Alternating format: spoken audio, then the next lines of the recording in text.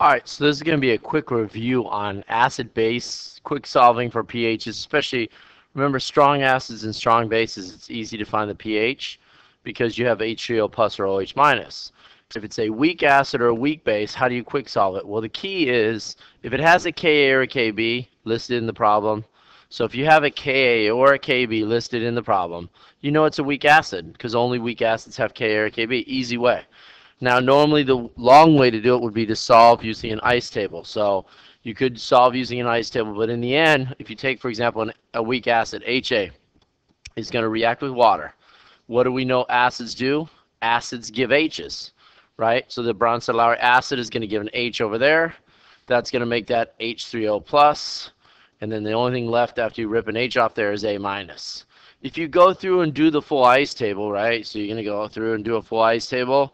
You can have the initial molarity, whatever it is, so the molarity will be there. This is always going to be minus X plus X plus X. This is going to be M minus X and X and X, and most of the time we're allowed to throw the X out.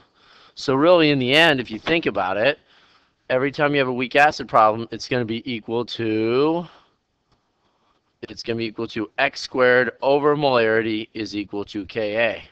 So if we think about it that way, when you look like at a problem like this, as soon as I see the Ka, I know that I'm going to get in the end X squared over M is equal to Ka. I know for a fact because I have a Ka value. I know it's a weak acid, so I'm going to do that. So even at the end of the ice table, that's where you're going with it. You have the molarity right there. You have the Ka value there, so you plug those two in, and then you can algebraically solve for X. But we'll do this the long way. So I'm going to take benzoic acid, which is going to be HA, plus water, double arrow, you're going to get HCl plus A minus. I'm going to pop in the molarity because the M is always going to just get dropped right in to my ice table. So I'm going to drop in 0.025. This is always going to be 0 and 0, always. This is always minus X. This is always plus X and plus X.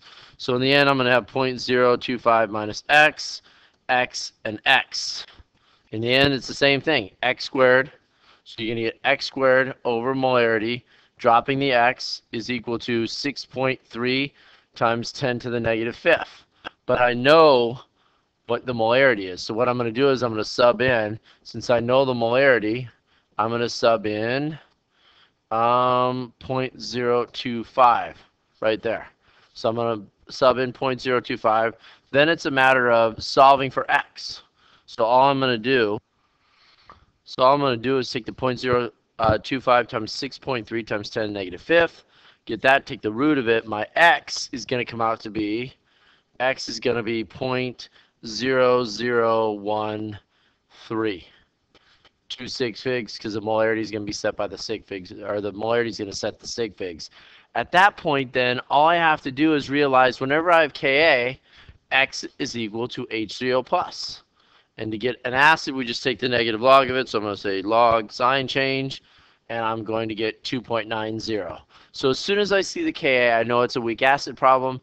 That's how I'm going to approach it. I know I'm going to have X squared over molarity is equal to Ka. What if it was a base? If it was a base and I listed a Kb, well, X squared over molarity is going to be equal to Kb. And the only thing I have to remember is X is equal to OH minus. Because remember, the general formula for a base is you take a weak base, you react it with water. What does a base do? It takes an H. So it's going to rip an H from water, leaving OH minus plus BH with an BH plus, the H gets attached onto the base. That's how it works. In the end, your X value is going to be equal to OH. So in the end, before I even fill in the molarity that I'm given in the problem, if they ask me to solve for the pH and they give me a Ka or a Kb, I know I'm going to come up with X squared over M is equal to K. If it's an acid, it's Ka. If it's a base, it's Kb. In that case, that makes that OH minus, which means I take the negative log and subtract that from 14. So first thing you do when you look at a problem is decide, are they giving me Ka or Kb? That's going to dictate what you're going to do at the end once you find X, because you algebraically find X and go from there. Another acid problem, they ask you to find Ka. This one, you're going to need two things. You're going to need your M and your X value will be given to you in the problem. Notice they give you the molarity of the solution is going to be 0.02. They also give you the H plus value. Whoops, this is a mistake. The H plus value is supposed to be 3.4 times 10 to the negative fourth. So you'd be given those two values, right? Then what do? Well, I know that my M always goes in, the M is going to be the bigger number, or the molarity of the solution. That's always going to go into my ice table, always. So in this one, whenever you have to find the Ka and you're not giving it, you can't throw away the x on the bottom. So what I'm going to end up with is x squared over M minus x is equal to Ka.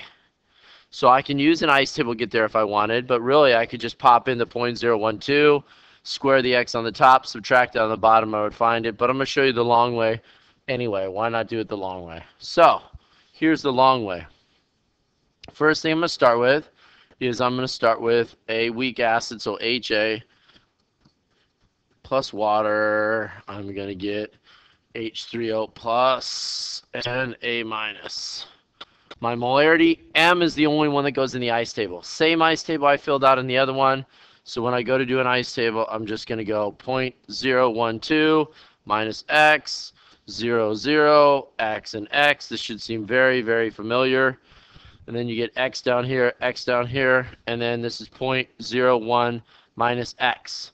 The only difference in this one when they're having you find Ka is you get to plug the x in the bottom. So I have the x, so all I have to do is take that value right there, plug it in there, there, and there, and then I load it into my expression.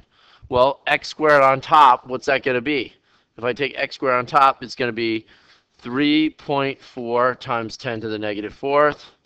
I'm going to square that over 0.012 minus 3.4 times 10 to the negative fourth. And there you go. From a problem-solving note, remember your M, the larger number, is always going to go into the grid. Not the grid, the ice.